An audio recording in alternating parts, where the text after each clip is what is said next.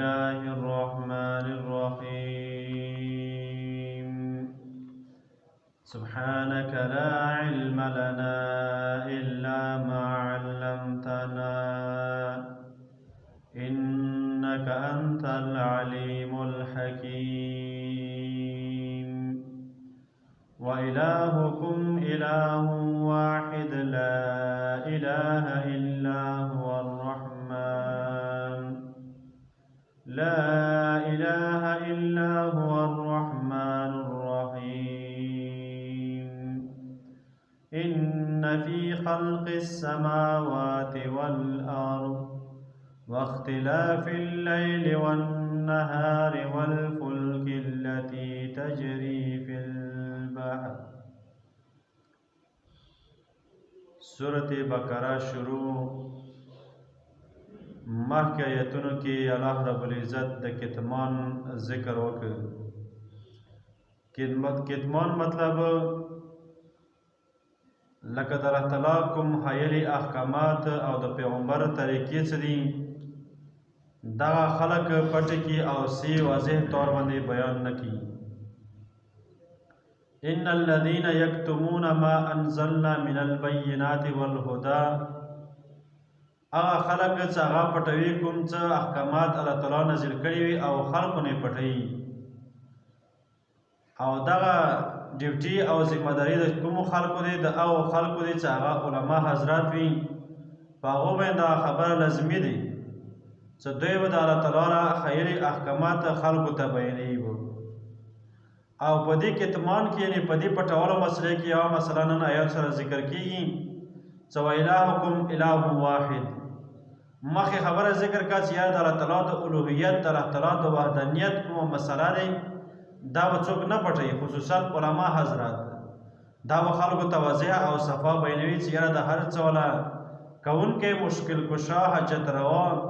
دا صرف یک یو رب دی نور څوک نشته دي. نو هغه آیات کې کتمان ذکر وکړه دې کې دا مسله بیانوي چې دا مسله به څوک نه پټوي ظاهر باندې دا مسله بیانوي او خلکو ته د الله تعالی وحدانیت بښيي چې الله تعالی یک یو دی وحده لا شریک ذات دی څوک ورسره شریک نشته دی. او بیا دغه مسله چې د الله تعالی وحدانیت دا بیا په درې اعتباراتو سره په درې قسمه باندې اصل کې د الله تعالی وحدانیت په صحیح طریقې سره یک یو قسم د الله تعالی صرف خالص یک یو وحده لا شریک ذات دی. خو بیا د خلق کوم دي دوی بیا کې دا طریقې جوړوي یو دا چې الله تعالی په اعتبار د الوهیت سره شکن د وحدانیت په اعتبار سره شین دا صرف یک یو الله تعالی دی بل چوکې دغه صفات او بل چوکې دغه د دې کوم وحدانیت د چوکې نشي موندلی سوای د الله تعالی نه. او دویم هغه خلک دي چې هغه د الله تعالی شی کوي چې یې د الله تعالی چې دغه دعا دي لکه هغه خلک دغونه مجوس خلک دي وی چې یو رب د خیر والا دی او یو د شر والا دی بس دغه دعا خدایان جوړي او دا کوم خلک دي دا مجوس خلک دي او دغه د په سورې نحل یو 50 نمبر آیات کې الله تعالی ذکر کړی دی وی دا خلک په دې طریقې سره دا دعا خدایان جوړي او بل دا یهودو سره وځو هغه به ځان پر خدای تقسیم کړو په دې طریقې ویل چې یاره دا الله تعالی چې مو د الله تعالی زمان او نزول یو مو ته به غضب نه راکوي ښه صرف یو څو ورځې به غضب راکړي کوم د اسخي عبادت کړی دی نه بلکې الله تعالی چې صرف یک یو دی نور څوک شریک ورسره نشته دي نه په ذاتو کې او نه په صفاتو کې. وګوره دې آیتونو کې الله تعالی وحدانیت بیانوي او په داسې طریقې سره بیانوي چې دا کارونه هېڅوک هم نشي کولی نه پیر کولی شي نه فقیر کولی شي نه امیر کولی شي نه غریب کولی شي نه خان کولی شي نه وزیر کولی شي نه صدر کولی شي او نه وزیر اعظم کولی شي بلکې دا صرف یک یو د الله تعالی په ذات سره دا اختیار چې دا کارونه الله تعالی کوي نور څوک نشي کولی. او دغه دلایل بیانېږي د الله تعالی د وحدانیت والا چې الله تعالی یک یو دی څرنګه یک یو دی وګوره دا کارونه یک یو الله تعالی کولی شي نور څوک نشي کولی.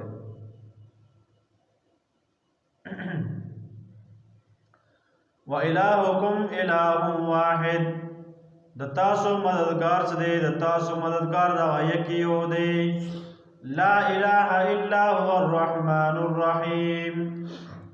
نشته دی لایق د عبادت مگر د الله تعالی چې رحمان ذات او رحیم دی. یا مطلب دا لا اله الا هو نشته دی مشکل کشا یا نشته دی حاجت روا الا هو مگر دا الله تعالی څه دی بس همدا یو دی الرحمن الرحیم او مهربان دی په دنیا کې ګوره دنیا کې هر چا ته خپل نعمتونه ورکوي کافر هم خوري مشرک هم خوري وګوره هر څوک خوري مؤمن هم خوري خو الرحیم دغه یو صفت د الله تعالی رحم د دې خوې دی مطلب چې آخرت کې بس صرف د رحم څه دی دا په مؤمنانو باندې وي نه مشرکانو او کافرو باندې بیا د الله تعالی هغه ځای کې رحمت نه وي او عبدالقادر جیلانی رحمه الله چې وګوره خلک هغه ته هغه مدد کوي او یې چې کوم ځکه چې مشرکینو خلکو باندې چې کلام څه تکلیف راشي نو بیا هغه ته لوی ځوان فریاد کوي وی لوی ځوان را مدد شه دا حاجت مو پورا کا لوی ځوان را مدد شه دغه د مولا حاجت دا پورا کا مونږ دا تکلیف او مصیبت لري کا دی دا لوی ځوان برکه شیخ عبدالقادر جیلانی رحمه الله برکه دا واقعا مشهور دی ویرا دی دغه د